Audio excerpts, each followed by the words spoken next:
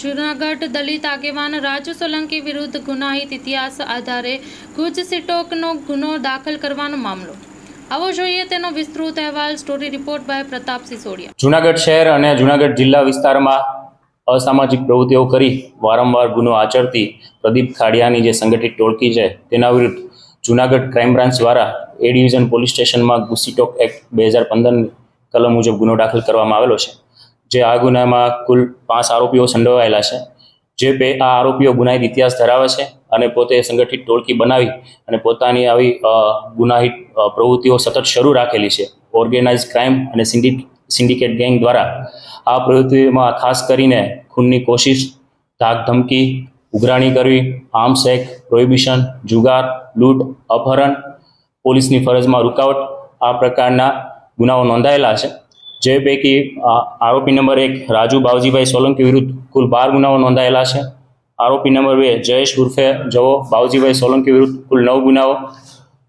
3 દેવ રાજુભાઈ સોલંકી તેના વિરુદ્ધ 2 ગુના. આરોપી નંબર 4 યોગેશ કાળાભાઈ બગડા વિરુદ્ધ 3 ગુના. આરોપી નંબર 5 સંજય ઉર્ફે સંધુ રાજુભાઈ સોલંકી વિરુદ્ધ કુલ 6 ગુનાઓ નોંધાયેલા છે. આ જે ગુનાહિત ટોળકી છે તે એક જ પરિવારના સભ્ય હોય. જે પૈકી રાજુભાઈ સોલંકી, તેના 2 પુત્ર દેવ અને સંજય સોલંકી, તેનો ભાઈ જયેશ ઉર્ફે જવો સોલંકી અને તેનો જે ભાણિયો છે યોગેશ બગડા. આ ટોળકીએ સતત પોતાની સંગઠિત ટોળકી બનાવી અને ગુનાહિત પ્રવૃત્તિઓ શરૂ રાખેલી છે.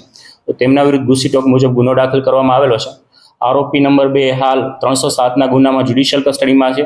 આ સિવાયના અન્ય 4 આરોપીઓને રાઉન્ડ અપ કરવામાં આવેલા છે. આરોપીઓને આ બાબતે તપાસ છે માંગરોળ ડીવાયએસપી કોડિયાતર સાહેબના તરફ કરવામાં આવેલી છે. સાથે સાથે આ આરોપીઓને આવતીકાલે ગુસ્સીટોક સ્પેશિયલ કોર્ટમાં રિમાન્ડ માટે રજૂ કરવામાં આવશે. ખાસ કરીને આજે રાજુભાઈના દીકરા છે તેનામાં ગણેશ જાડેજા માટે ક્રિયામાં છે. સંજય વિરુદ્ધ છે 6 ગુના નોંધાયેલા છે અને તે પણ આ સંગઠિત ટોળકીનો સભ્ય છે અને આ ટોળકીએ છે પોતાની પ્રવૃત્તિઓ સતત શરૂ રાખેલી છે. આ ટોળકી વિરુદ્ધ કુલ મળીને 35 કરતાં પણ વધારે ગુનાઓ દાખલ થયેલા છે.